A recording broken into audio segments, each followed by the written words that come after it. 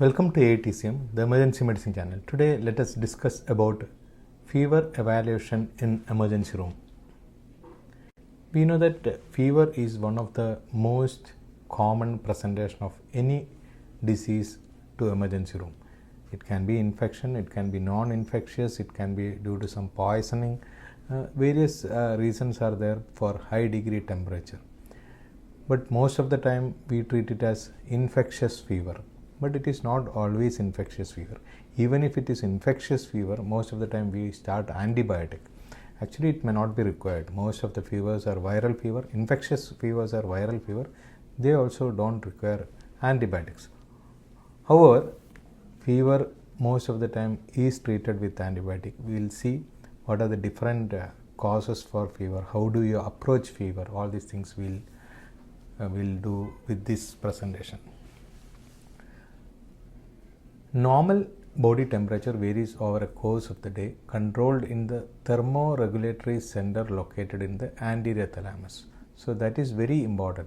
So it is the fever is regulated by a thermoregulator center in our body, that is in the anterior hypothalamus. Fever occurs when the body sets the core temperature to higher temperature. The thermostat settings in the hypothalamic thermoregulator center shifts upwards during a fever, and it is the temperature goes from 37 to 39 degrees Celsius. That is a normal range. Above that, when it goes higher than this, we can call it as fever. We will see other things afterwards. So there will be elevation in the core body temperature. That is very important, and by definition, it goes above the normal circadian range. So there is a range for temperature morning and evening in our body. So according to the definition, it should go above that level. So this is the thermoregulatory center in the hypothalamus. So whenever heat increases, body will try to react to that and try to reduce it. But what we have to understand is fever is always a protective response of our body. Whenever there is a bacteria or virus which is attacking our body will try to increase the activity of body. It will produce a lot of immune cells against this bacteria or virus, and it also increases the temperature to counteract against this type of bacteria, viruses, all these things. So this thermoregulatory center is situated in the hypothalamus. Now normal temperature is varying from 36.8 plus or minus 4 degree Celsius or 98.2 plus or minus 0.7 degree Fahrenheit. So it is somewhere around 37 degrees Celsius or 98.6 Fahrenheit. That's why when we treat the patient, most of the time, if the temperature is above 99 or above 37 degrees Celsius, we call it as fever. Oral temperature is 0.6 degrees Celsius higher than axilla. So we routinely take oral temperature than any other temperature. Axilla temperature was looking previously. Nowadays, most of the hospital they check only oral temperature. Maximum oral temperature will be 6 am 37.2 degrees Celsius or 98.9 degree Fahrenheit around 6 am. 4 to 6 pm it will be 37.7 degrees Celsius and 99.9 degree Fahrenheit in the evening time. So evening time, if you are seeing the temperature, if it is above 100, we have to suspect fever, and morning time, if you are seeing the temperature and it is above 99, you have to suspect fever. That is Fahrenheit. 99 Fahrenheit above in the morning and above 100 degree Fahrenheit in the evening, we have to suspect fever. So there is a diurnal variation of 1 degree Fahrenheit in most of the patients. So to diagnose fever, we should have 98.9 degree Fahrenheit and above, and evening time it should be more than 99.9 degree Fahrenheit. So Anything above 100 degree Fahrenheit, we have to strongly suspect fever, especially in the evening hours. Anything above 99 degree Fahrenheit in the morning hours, we should suspect fever. Most of the time, patient may complain about feverish feeling, but when we record the temperature with the thermometer, we may not get the fever. That is only a feverish feeling, that may be a recovery phase of viral disease or a early phase of viral infection. All this or a ongoing inflammation in our body. All these situations, we can have this type of body temperature change. So that is called as feverish feeling. It is not fever. Fever means you should have definitive elevation in the temperature. Hyperpyrexia is a fever with an extreme elevation of body temperature more than or equal to 106.7 degree Fahrenheit or 41.5 degree Celsius. That is different from hyperthermia. Hyperpyrexia and hyperthermia both are different. Hyperpyrexia causes are pontine hemorrhage, meningococcal meningitis, septicemia, cerebral malaria, neuroleptic malignant syndrome, heat storm, thyroid storm. All these things you can get hyperpyrexia. Hyperthermia is slightly different. In hyperthermia, there is an increase in the body temperature over body's thermoregulatory set point due to an excessive heat production or insufficient thermoregulation. There are various causes, again neuroleptic malignant syndrome, malignant hyperthermia. These are all are drug related high degree fever, amphetamine, cocaine, idiosyncratic drug reaction, serotonin syndrome. So you should remember important conditions like neuroleptic malignant syndrome, malignant hyperthermia and serotonin syndrome. All are mostly antipsychotic drug related fever. Now many patients can have high degree fever, chills, rigors, and post chills and rigors and recovery phase they can have severe sweating. Chills is a sensation of cold. Rigor is a profound chill with pyrexia. There are different causes for chills and rigors, but most common cause is urinary tract infection. Anybody is having high degree fever, chills, rigors, you have to always suspect urinary tract infection. Again, other conditions like pneumonia, septicemia, malaria, consolidation, all these things also you can get chills and rigor. Now there are different types of patterns of fever. We will see that afterwards. These are the common patterns I have given it in a single slide, but we will see all these things separately afterwards. Now intermittent and remittent fever. You can see in the chart, intermittent fever means the elevated temperature touches the baseline. That is very important, at least once in 24 hours. Pyogenic infection, malaria. Remittent fever, here the temperature falls every day but does not touch the baseline. So fluctuates 2 degree Celsius, especially in typhoid. But the main feature is it always, the intermittent fever means it always touches the baseline. Remittent fever, it does not touch the baseline, but it is highly fluctuating. You can see the graph for both intermittent and remittent. Now, quotidian, tertian, Quartan fever. See, all these things are mainly related to malaria, different types of malaria, falciparum vivax and vivax malaria and falciparum malaria, plasmodium malaria. You can get Quartan fever. Fever occurs in every 4th day. Tertian fever occurs in every 3rd day. Quotidian fever, a severe type of malaria where intervals between fever attacks may vary from several hours to 2 days. So these type of patterns mainly we used to see in the previous decades, because to find out the type of fever we usually depends on the pattern of the temperature rise. When there was no other investigations available, we used to allow the patient to have fever and we used to track the pattern of fever. But nowadays it is not practical. We have to give paracetamol for every patient. So this type of patterns nowadays we are not seeing. These patterns are mainly due to the release of parasite into the blood every third day or fourth day depending on the organism. So every third day, if parasites are released to the blood, that time patient will have high degree fever, chills, rigors, everything. So that is tertian fever. Like that we can have Quartan fever, Quotidian fever, like that. Now next fever will be Pel-Epstein's fever. Fever lasting 3 to 10 days followed by a febrile period of 3 to 10 days. It's a feature of Hodgkin's disease. That is very important. When we are treating Hodgkin's disease, you can see patient will have high degree fever. Whatever is given in the books, it may not be seeing on bedside. High degree fever, night sweats. Patient can have high degree fever, especially during night time. That's why they have high temperature during night and night sweats.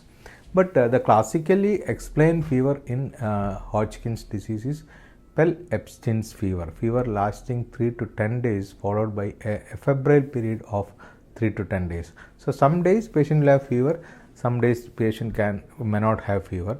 So that is a typical feature of Hodgkin's lymphoma. Now stepladder fever is a typical feature of typhoid fever. Typhoid fever, everyday patient have high swings. Patient have high degree fever. It may come down with sweating. Again, next day patient can have high degree fever. It again comes down. But here you can see it never touches the baseline. That is a major feature of this type of stepladder fever. But nowadays, again in endemic fever also we give paracetamol every day. So you don't see this type of patterns in endemic fever nowadays. But what we should remember is most of the fevers you can see, whether it is viral fever, leptospira, dengue fever, all these things, fever comes down after 1 or 2 1 week. Nearly after 1 week fever completely comes down, or third day, fourth day itself fever starting coming down. But whereas in endemic fever will be continuously increasing. Every day patient is having high degree fevers. So that type of fever you only get in endemic fever. But if you don't give paracetamol, it will be typically like step bladder type of fever. Patient also can have clotted tongue, relative bradycardia in endemic fever. Some patients can have even diarrhea. Now relative bradycardia is explained. Every 1 degree Fahrenheit will produce 10 extra beats in the pulse. That response will be blended in patients who is having endemic fever. So that is a classical fever, classical disease where you get relative bradycardia. It is endemic fever, brucellosis, dengue fever, drug fever, Lyme's disease, viral myocarditis. All these conditions also you can get relative bradycardia. Myocarditis, even you can get relative tachycardia also, sometimes high degree fever, and the expected heart rate may be higher than the heart rate will be higher than the expected heart rate. So that is relative tachycardia. Here the response to the pulse is always blended. The same problem can occur, somebody is taking beta blocker, he is getting fever, that this same pattern of pulse can occur there also. So it is not a clinical finding of any disease, but it is seen in many diseases. But one of the major causes for this is endemic fever. But patients who develop secondary complication in endemic fever like peritonitis, rupture, all these things, you can see that patient is developing tachycardia. So in endemic fever, if the patient is developing tachycardia, means that's a major problem. It's a major major surgical problem like intestinal rupture. Now fever fall by crisis or lysis. Crisis means when the raised temperature falls with normal level very quickly within 6 to 12 hours, it will be associated with severe sweating.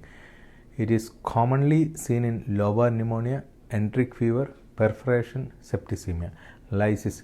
Temperature falls gradually over several days, commonly seen in uncomplicated endemic fever, rheumatic fever.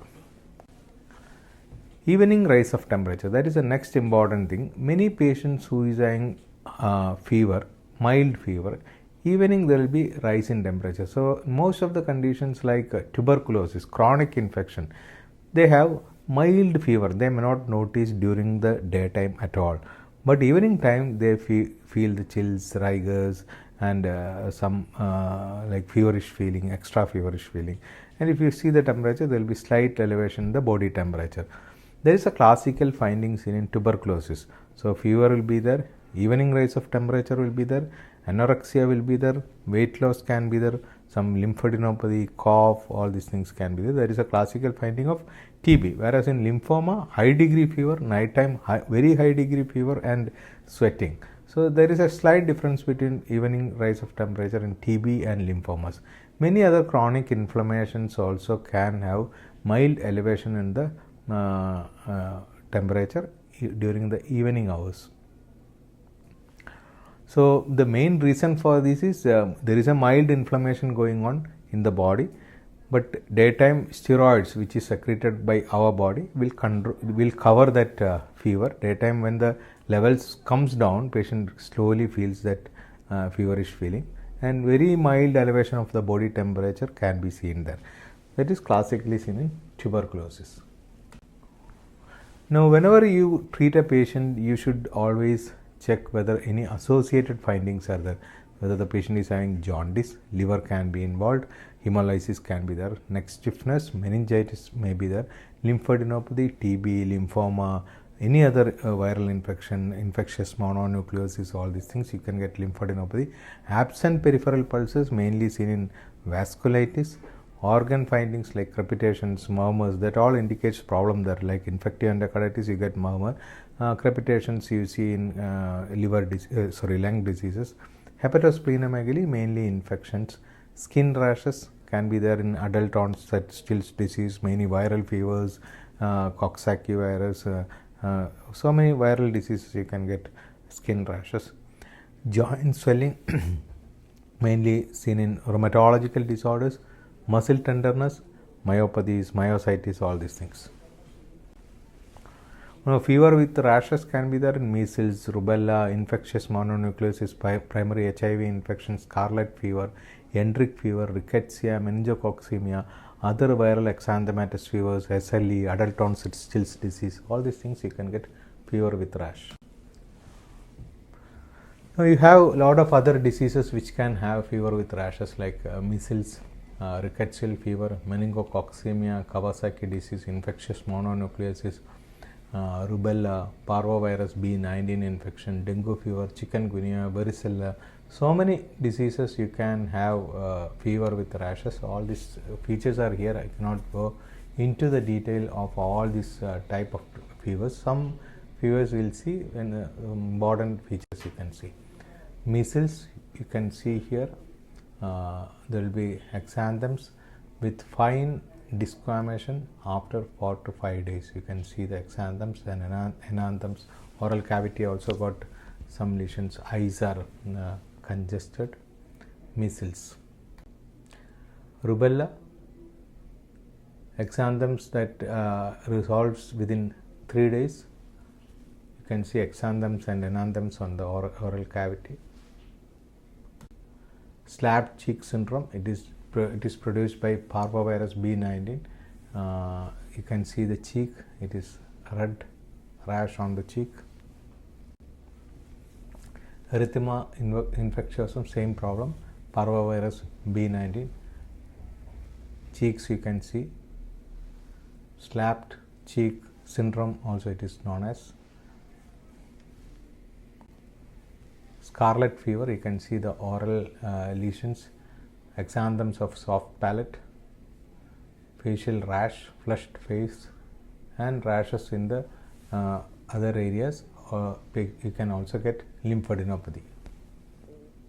It's produced by group A beta hemolytic streptococcus. Hand, foot, mouth disease is very, very common in children. There the rashes are on the palms, mouth, and foot. Remember, most of the viral fevers, palm is not involved in many cases, but in many drug-induced rashes, you can get palms involved, and here also hand, foot, mouth disease also palms are typically involved.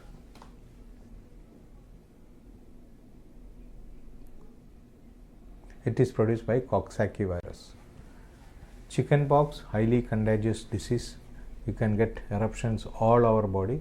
Before eruptions itself, patient can have severe fever, back pain. The eruption starts from the body trunk, then it spread all over the body. So it is a vesicular type of rash in chickenpox.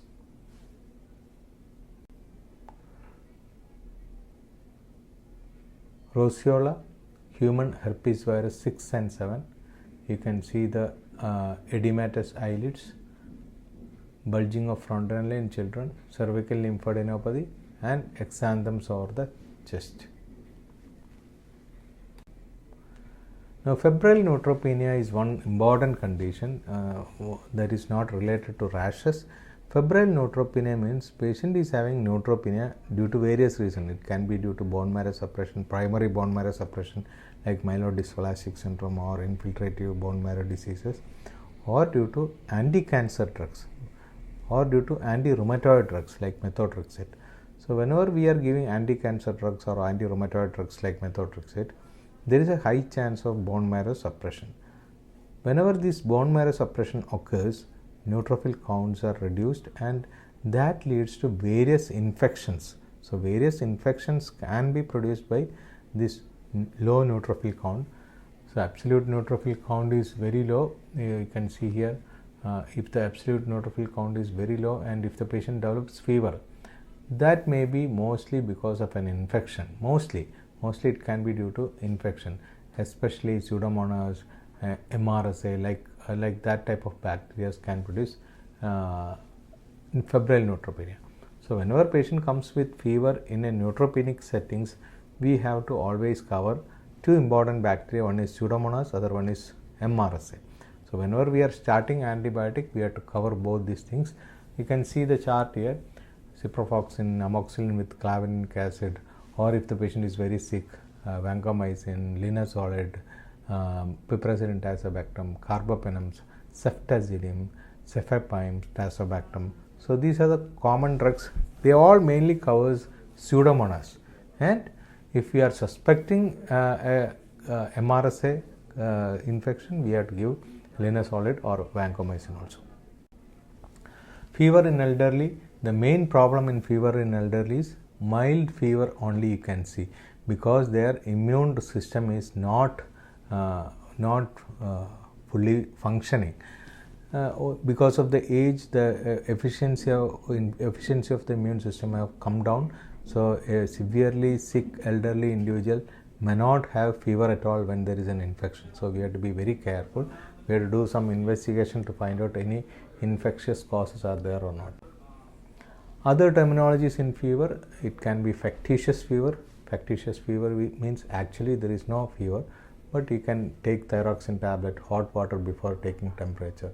Febrile convulsion, especially age less than 5 years, patient can have high degree fever with seizures. They are not actual epilepsy. It is a seizure episode, but normally this seizure episodes will come down after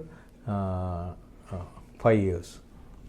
Drug fever, many types of drugs can produce fever. That's why whenever patient is having pyrexia of unknown origin, when they are admitted, we always stop all the drugs, because many a time this fever can be a drug fever. So, you stop the drug. If fever is persisting, then only treat the patient. Stop the drug. If the fever is disappearing, no need to investigate, no need to treat. The main clinical finding of drug fever will be patient will not be toxic. There may be normal heart rate, and patient will have temperature depending on the injection. So, when we are giving single time injection in the morning, after injection for 1 or 2 hours, patient can have fever. So, that is a typical feature of drug fever. Pyrexia of unknown origin is another major problem in clinical practice. Many diseases, especially tuberculosis or some occult lymphoma malignancies and all, patient will have continuous fever.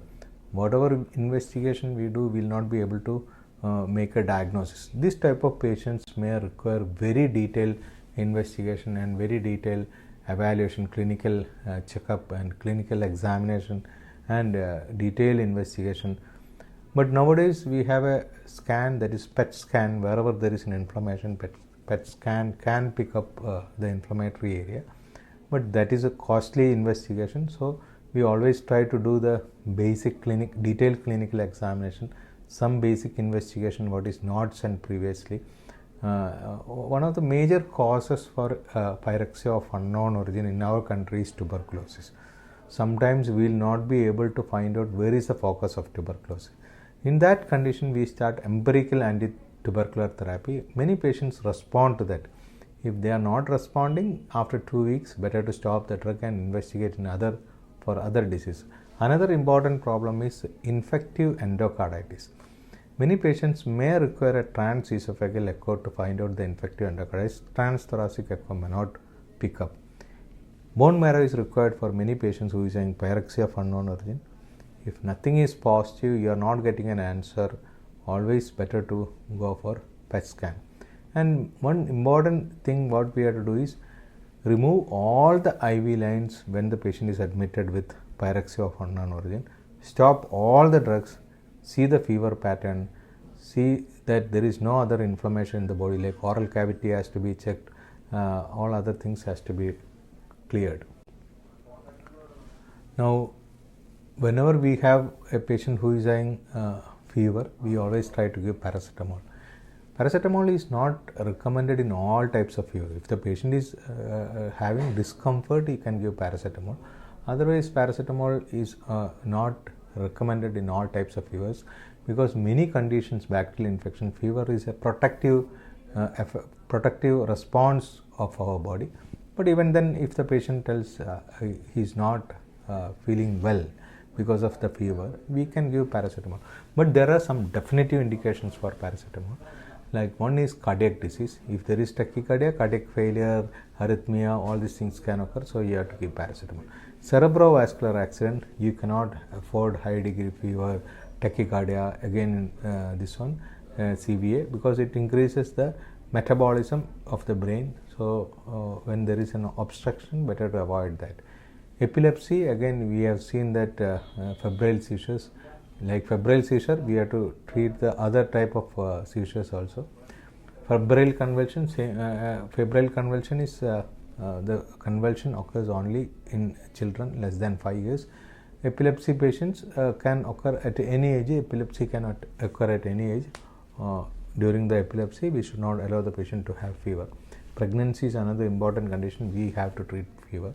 Psychiatric illness, there it is not definitively indicated, but it is better to treat the patient because they can have altered behavior only due to some types of fever. So it's always better to treat them with paracetamol. So paracetamol is a good drug. It can be used for fever. It can also be used for used to control the temperature. Another important drug in managing the fever is steroids. But steroids are indicated in some type of fever, but steroids are very widely used in our country for fever. We cannot tell it is a wrong practice because many conditions like dengue and many viral fevers like H1N1, steroids and COVID virus, steroids reduces the post-viral infection incidences like immune mediated diseases triggered by this viral infection. Significant reduction can be seen in that type of patients. Mortality can be reduced. But many textbooks may not advise steroids in routine fevers, but you can see in your practice many doctors are using steroids with very good results, but there are no good publication regarding all these things. So it is not written in textbooks, but we can use steroid depending on the condition. Only thing we have to see the steroid what we give should not go in a wrong way, because sometimes sugars can increase, sometimes infections can aggravate due to steroids. Somebody is already having immunocompromised status, if you give steroids it can increase. So that type of problems can occur. Even then steroids are very useful drug if you are selectively using in some conditions. So that is also there. So we have discussed about fever and its patterns and routine investigations in emergency room. One important investigation which can be done in emergency room is procalcitonin. Procalcitonin picks up mostly a bacterial infection, but it may not be positive in non-infectious fever, viral fever or other things. So nowadays point of care equipments are available for procalcitonin. So if it is available, it is a very good tool so that we can start antibiotic. If procalcitonin is negative, unnecessarily giving antibiotic in that type of patients may not give any good benefit, and it may be adding to the cost of the treatment. So procalcitonin, if it is available, we have to use. Otherwise, routine investigation like blood culture, chest x-rays, routine detailed examination, all these things are required in fever. And whenever you are seeing fever with rash, infectious rash, you have to isolate the patient, because these rashes, fever with rashes, may be highly contagious. It can spread to other patients and to the healthcare professionals. Thank you.